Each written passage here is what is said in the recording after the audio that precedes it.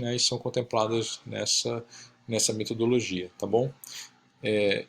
Então aqui são os gráficos dessas relações, né, para epsilon em função de nut, tá? Então, só vou voltar aqui, né?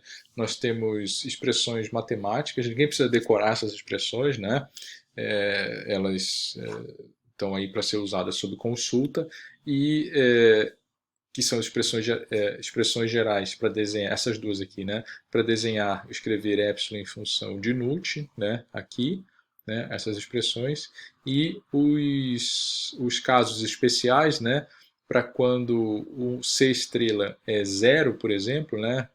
Ou seja, que a taxa de capacidade calorífica é infinita de uma corrente, são essas curvas aqui de cima. E essas daqui de baixo, né, para o C igual a 1, são do trocador balanceado, tá? Seja ele para contracorrente, né, counter flow, como está aqui, e parallel flow, tá bom?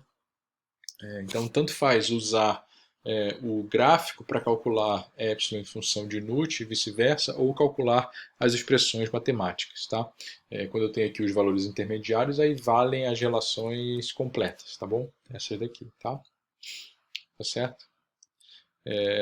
Então, alguns pontos importantes, eu acho, alguns pontinhos importantes aqui, antes de se fazer um exercício, né? Quando se tem o C estrela igual a zero, não tem diferença entre contracorrente e corrente paralela, né?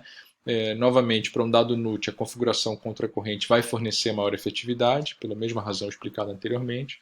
A efetividade sempre vai aumentar com nut, né? Mas o comportamento é assintótico, portanto, numa região de baixo nut, a taxa de variação da efetividade é muito grande, né? À medida que ele vai aumentando aqui o nut, o ganho de efetividade se torna cada vez menor e menor e menor. Isso é uma coisa que a gente já tinha conhecimento, né?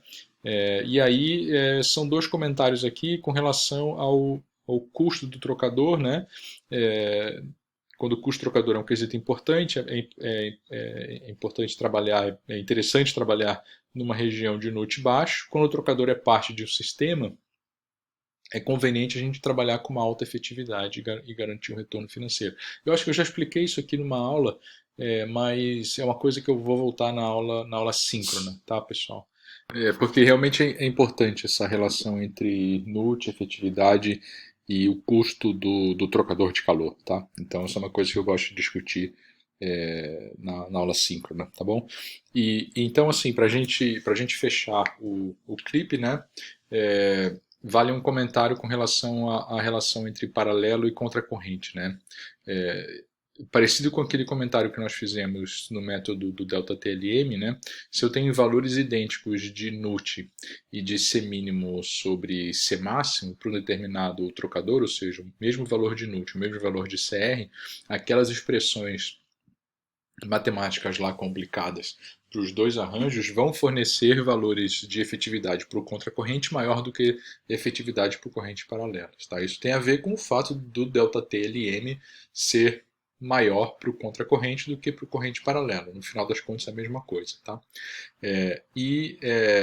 Assim como no método LMTD, esse método absolute ele é limitado pelas hipóteses feitas inicialmente, ou seja, a gente admitiu que o U era constante, né, lá, e o U continua sendo admitido constante aqui, tá bom?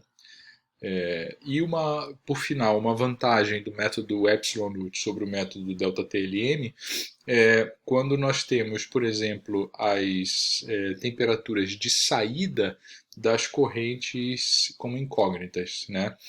Se eu tenho conhecidos a área do trocador, o U é conhecido, então o produto A é conhecido, os M-pontos CPI são conhecidos, as temperaturas de entrada são conhecidas, né?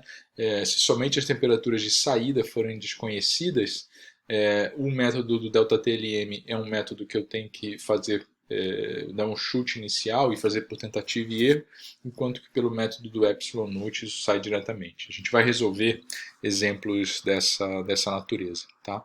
E aí eu vou voltar nisso daí, tá bom, pessoal? Então, fechamos o, o clipe aqui e na aula síncrona nós fazemos os exercícios, tá bom?